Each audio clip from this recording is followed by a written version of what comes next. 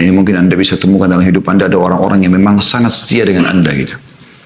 Sebenarnya teman-teman sekalian, Allah Subhanahu wa taala ya sudah memberikan kepada kita solusi itu. Sehingga kita punya teman dari manusia itu tidak penting bagi seorang mukmin. Itu hanya pelengkap saja. Karena Allah sebagai wali orang-orang beriman, Dia akan setiap saat mau mendengarkan keluh kesah kita. Tanpa ada perantara, kita langsung bisa berdoa kepadanya. Tinggal memuji Allah, membaca salawat para Nabi SAW, lalu kita kemudian menyampaikan hajat kita. Dan Allah menjanjikan dalam Al-Quran, A'udzu billahi minasyaitonir rajim, wa idza sa'alaka ibadi anni fa inni qarib.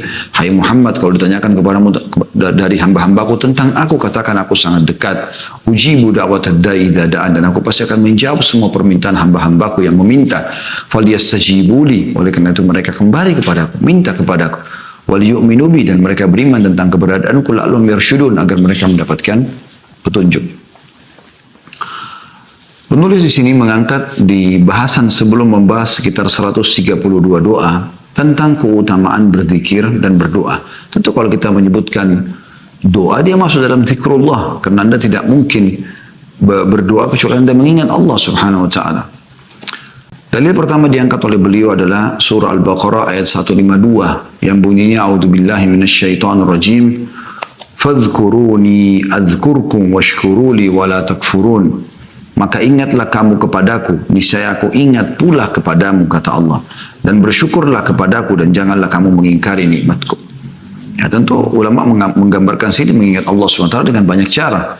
Baik itu menyebutkan dengan zikir, menyebut-nyebut dan memuji-muji namanya, berdoa kepadanya, membaca kitabnya, ya, menjalankan perintahnya, meninggalkan larangannya. Ini semua masuk dalam umumnya zikrullah. Juga Allah Subhanahu wa taala berfirman menyuruh kita agar memperbanyak mengingatnya, memperbanyak doa, memperbanyak memuji-muji namanya, memperbanyak mengerjakan perintah-perintah yang diperintahkan gitu ya. Dalam surah Al-Ahzab ayat 41, A'udzu billahi minasyaitonir rajim, ya ayyuhalladzina amanu dzkurullaha dzikran katsira. Hai orang-orang beriman, berzikirlah, mengingat dan menyebut Allah lah dengan zikir yang sebanyak-banyaknya. Dan sebagian ulama mengatakan di antara ibadah-ibadah yang Allah Subhanahu wa taala perintahkan yang umumnya dihubungkan perintah ibadah itu dengan kata-kata katsira atau banyak, itu adalah zikir. Itu adalah zikir.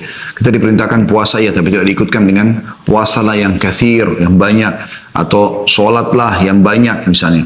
Tapi zikir selalu diikutkan dengan bahasa atau kalimat atau kata-kata katsir. Sementara di surah Al-Ahzab 41, hai orang beriman, berzikirlah kepada Allah dzikran katsira, zikir yang banyak. Juga Allah menyebutkan dalam surah Al-Ahzab ayat 35. Surah Al-Ahzab ayat 35. Ini kalau Anda buka di Al-Quran ya. Coba dibuka surah Al-Ahzab surah nomor 33 dalam Al-Quran. Di situ Anda lihat ya, perhatikan baik-baik bagaimana Allah Subhanahu wa taala menyebutkan ciri orang-orang yang beriman kepadanya. Allah bilang dari Al-Ahzab surah nomor 33 ayat 35. A'udzu billahi minasyaitonir rajim. Innal muslimina wal muslimat. Sesungguhnya laki-laki muslim dan perempuan muslimah yang menyerahkan diri kepada Allah.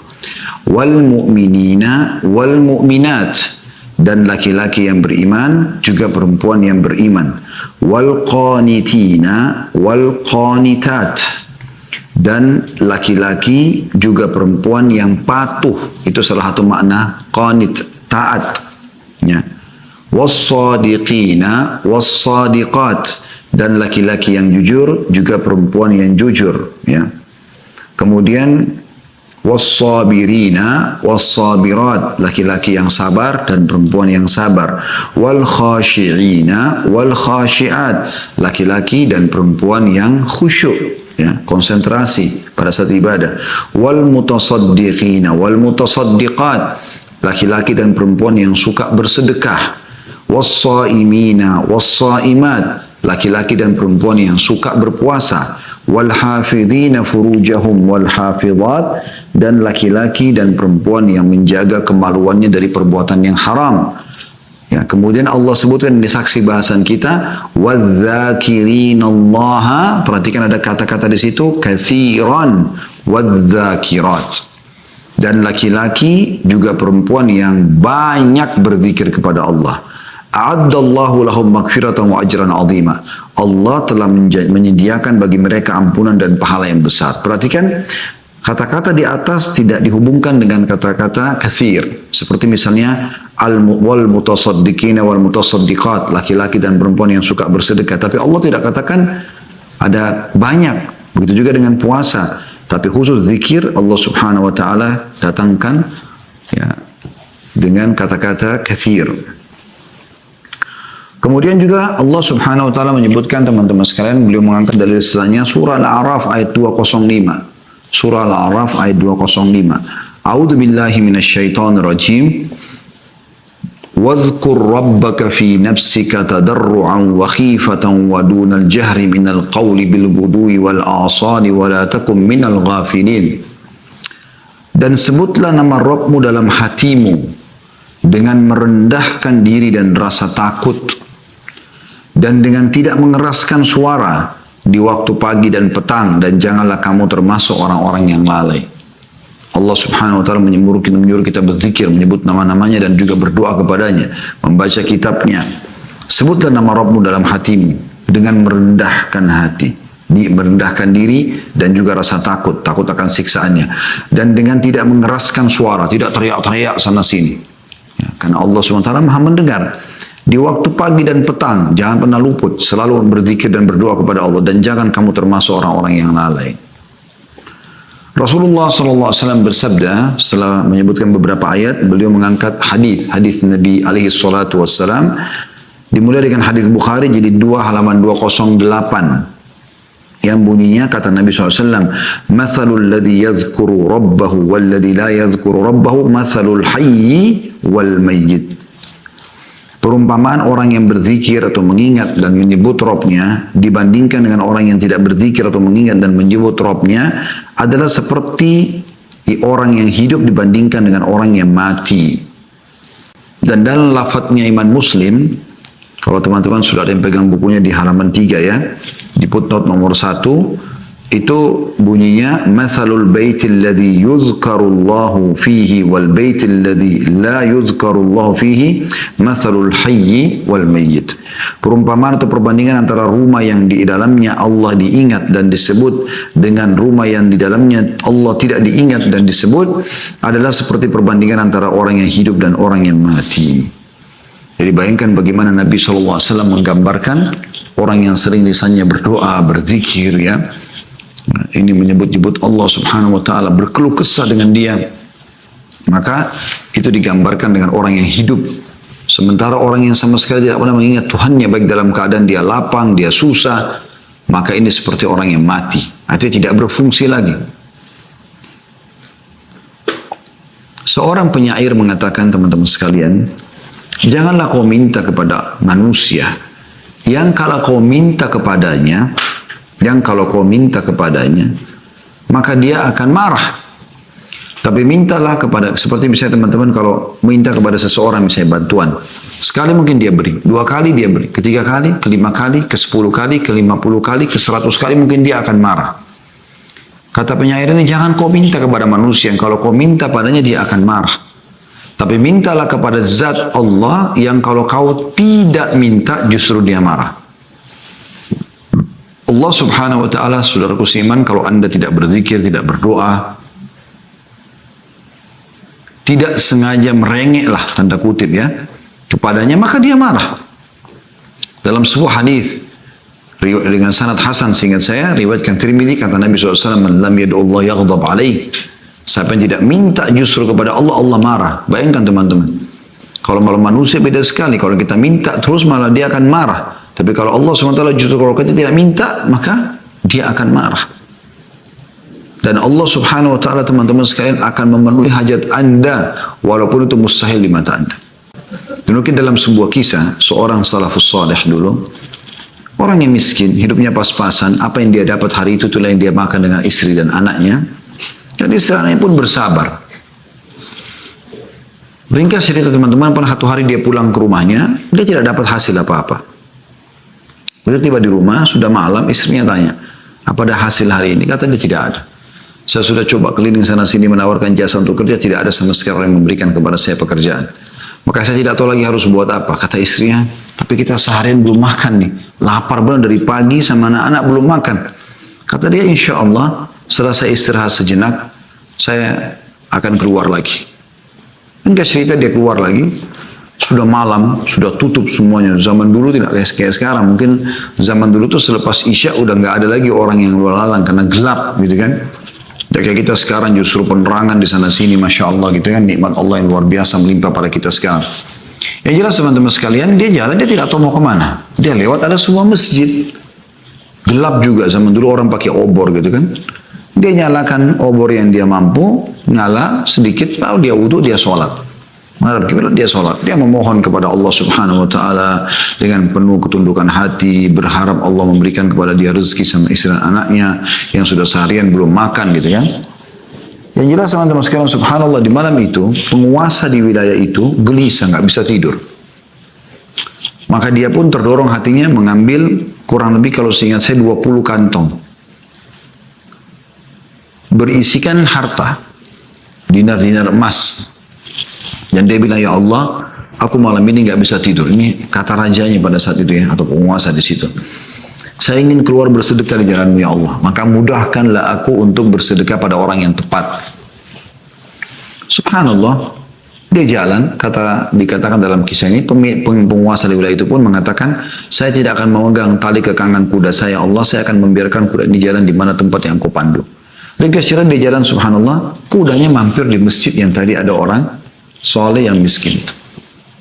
Dia pun heran, kenapa kok kudanya mampir di masjid? Lalu dia turun, dia masuk ke dalam, kena gelap ya, ada sedikit salah satu obor kecil di dekat mihrab yang menyala.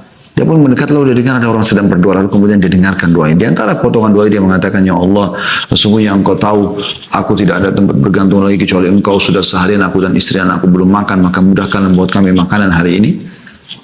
Setelah selesai dia berdoa, orang raja ini kemudian atau penguasa ini menepuk pundaknya sambil mengatakan, hai fulan, aku telah mendengarkan doamu tadi. Dan ketahuilah, aku adalah penguasa di wilayah ini.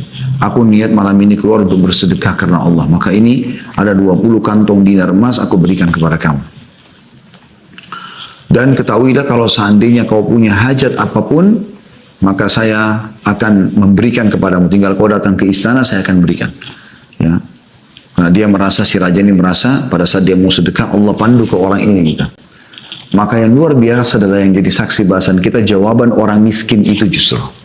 Perhatikan ini yang kita ingin titik beratkan ya. Sekali lagi ini yang kita ingin titik beratkan. Ini benang merah yang harus kita garis bawahi dan kita tarik lurus dan kita ambil pelajaran darinya. Yaitu kata dia apa? Orang miskin berkata pada raja tersebut, kalau seandainya saya pun punya hajat, maka saya tidak akan datang kepada Anda.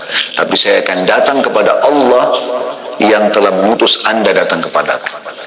Allah Subhanahu Wa Taala bisa menggerakkan orang ya untuk datang memenuhi hajat kita. Mohon kepada Allah Subhanahu Wa Taala. Tentu ada cara-cara diterima doa, diantaranya harus dengan penuh keyakinan. Karena kata Nabi SAW, Udu'u rabbakum muqinuna bil ijabah. Berdoalah kalian dalam kondisi kalian yakin Allah akan menerima doa kalian. Dan sesungguhnya Allah tidak menerima doa dari hati yang lalai. Ya, sebagaimana lanjutan hadis. Kemudian hadis selanjutnya yang diangkat oleh beliau adalah hadis yang mulia juga.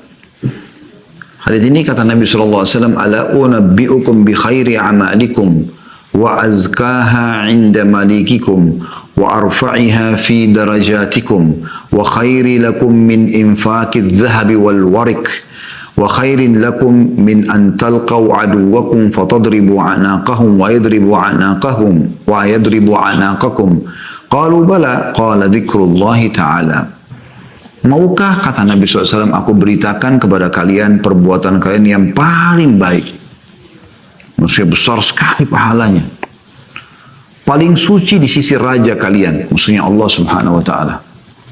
Enggak ada nodanya, bersih. Allah terima semua. Paling tinggi dalam derajat kalian. Cepat mengangkat derajat di surga. Lebih baik bahkan bagi kalian daripada menginfakkan emas dan perak. Bersedekah dengan emas, perak pun dikalahkan dengan amal ini. Dan lebih baik bagi kalian daripada bertemu dengan musuh kalian lantas kalian memenggal leher mereka. Membunuh orang kafir di medan perang pahalanya besar. Dan mereka memenggal leher kalian atau kalian pun terbunuh mati syahid. Bayangkan keutamaannya luar biasa. Apa jawaban sahabat setelah dengar semua itu? Tentu wahai Rasulullah. Tentu wahai Rasulullah. Bayangkan ya, kita coba hitung keutamaannya. Kata Nabi SAW, maukah aku beritahukan kepada kalian perbuatan yang paling baik? Paling besar pahalanya. Satu. Yang kedua, paling suci di sisi raja kalian. Bersih. Semua diterima. Yang ketiga, paling tinggi dalam derajat kalian. Ya.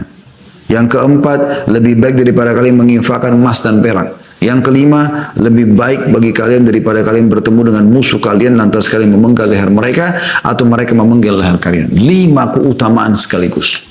Jihad, infak, semuanya dikalahkan dengan ini. Maka kata para sahabat, tentu ya Rasulullah. Kita pun kalau hidup bersama itu pasti kita mengatakan, tentu ya Rasulullah, amal apa nih? Lalu kata Nabi SAW sebuah kalimat sederhana. Berzikir atau mengingat dan menyebut Allah Ta'ala. Hadis riwayat Tirmidzi jilid 5 halaman 459 dan Ibnu Majah jilid 2 halaman 1245. Nah, ini luar biasa. Ya. Bagaimana seseorang mendapatkan keutamaan berzikir kepada Allah SWT, berdoa kepada Allah SWT. Tentu kalau kita bisa sudah bilang tadi, kalau kita menyebutkan zikir, doa masuk di dalamnya. Ya. Kemudian sabda Rasulullah SAW juga dalam sebuah hadis yang diriwayatkan Bukhari jilid 8 halaman 171 dan juga Muslim jilid 4 halaman 2061, kata Nabi SAW, yaqulullahu ta'ala, Allah yang maha tinggi telah berfirman, ana inda dhanni abdi bi wa ana ma'ahu idza dzakarani. Aku selalu bertindak menurut prasangkaan hambaku kepadaku. Kalau dia sangka baik, Allah akan kasih. Walaupun dia sakit, walaupun ada cobaan, dia sangka baik, oh pasti ini pasti baik buat saya. Ya, maka Allah akan berikan seperti apa yang dia sangkakan. Wa ana ma'hu idza dzakarin, dan aku selalu bersamanya bila dia berzikir atau mengingat dan menyebutku. Ya, tentu doa di antaranya. Fa in dzakarani fi nafsi dzakartu fi nafsi. Kalau dia mengingatku dalam dirinya, maka aku pun akan mengingatnya dalam diriku. Wa in dzakarani fi mala'in dzakartu fi mala'in khairin minhum. Dan kalau saya dia menyebut namaku di hadapan kumpulan orang-orang, maka aku akan menyebutkannya dalam kumpulan hamba-hamba yang lebih baik daripada mereka. Wa in taqarraba ilayya shibran taqarrabtu ilayhi dhira'an. Dan kalau hamba tersebut mendekatkan diri kepada aku 1 jengkal, maka aku akan mendekat kepadanya 1 hasta.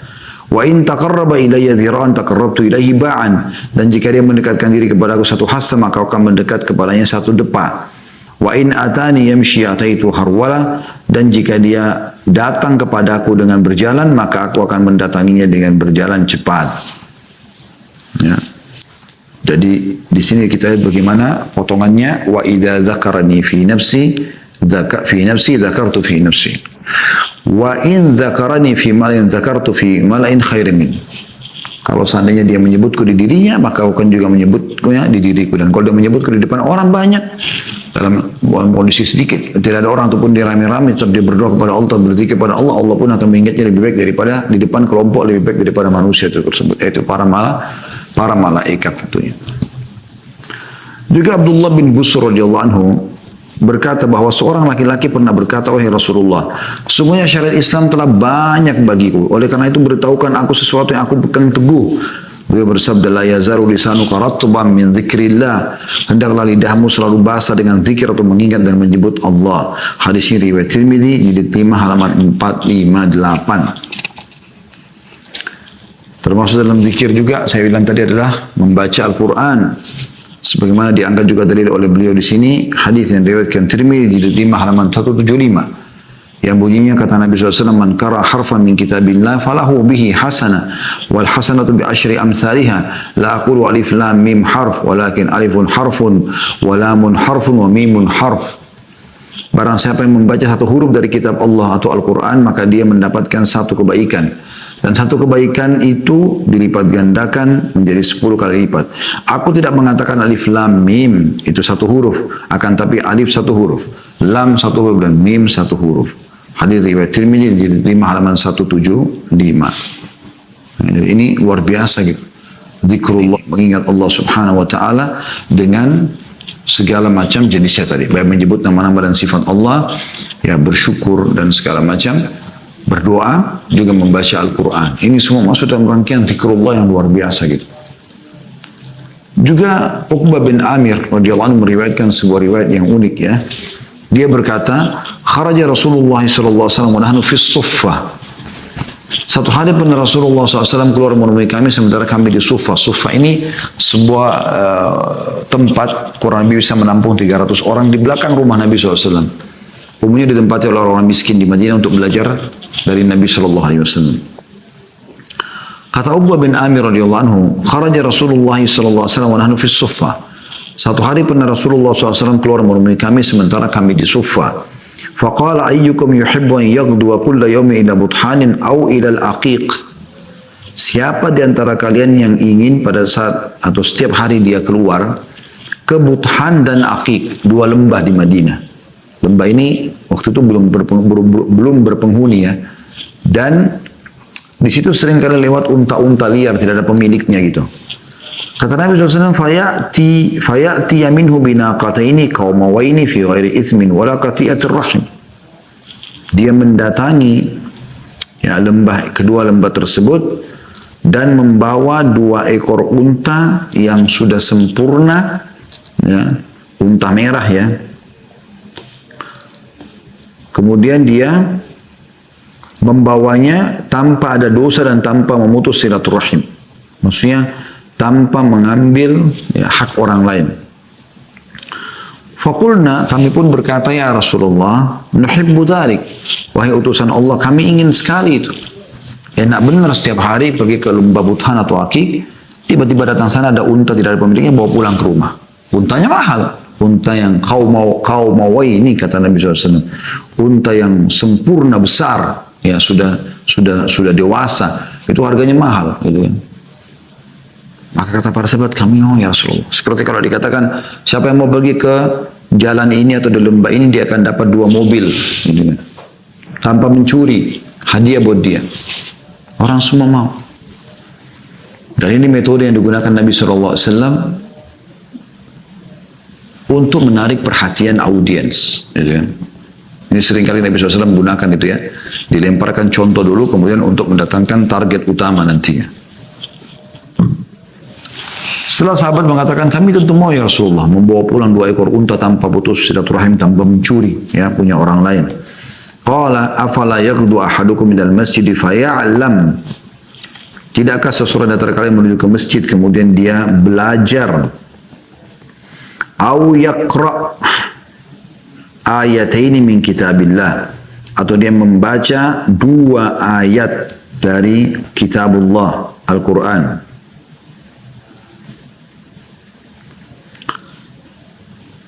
Khairun lahu min naqatain. 2 ayat tadi lebih baik daripada 2 ekor unta. Wa thalathun khairun lahu min thalath. Dan 3 ayat Al-Quran lebih baik daripada 3 ekor unta. Wa arba'un khairun lahu min arba'ah. Dan 4 ekor unta lebih baik daripada 4 ayat lebih baik daripada 4 ekor unta.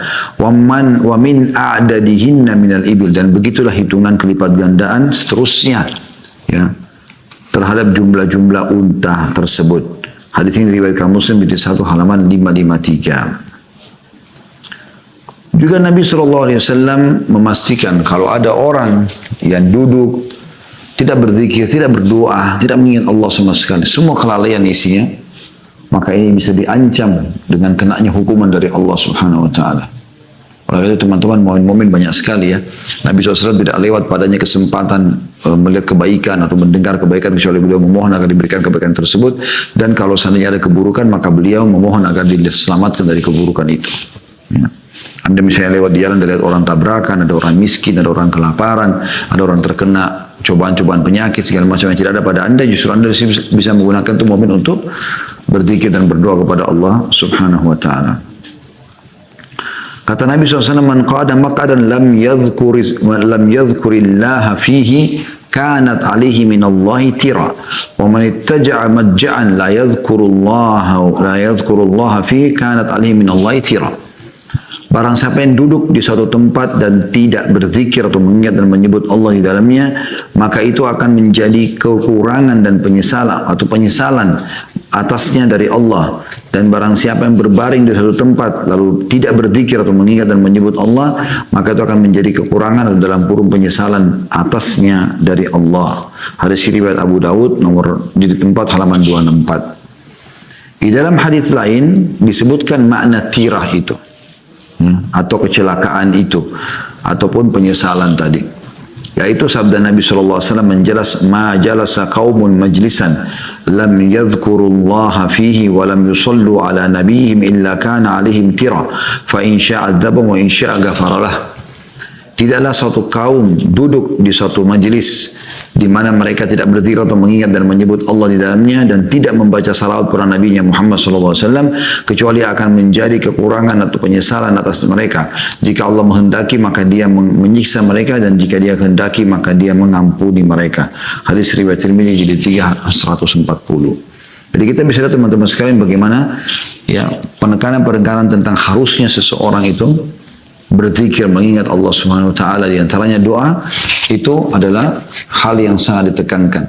Justru kalau orang jauh daripada itu semua, merasa tidak butuh dengan Allah Subhanahu wa taala, dia diancam dengan tirah atau penyesalan. Bisa bermakna tadi di hadis yang kedua tadi adalah Allah, kalau ingin Allah hukum, kalau Allah ingin maafkan maka Allah maafkan.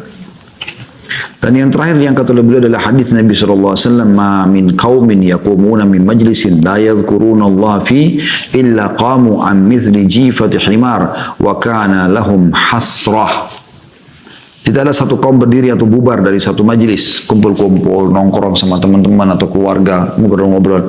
Tidaklah satu kaum berdiri bubar dari satu majlis di mana mereka tidak berzikir atau mengingat dan menyebut Allah di dalamnya, kecuali mereka berdiri laksana berdiri dari bangkai seekor keledai, dan hal itu menjadi penyesalan bagi mereka pada hari kiamat.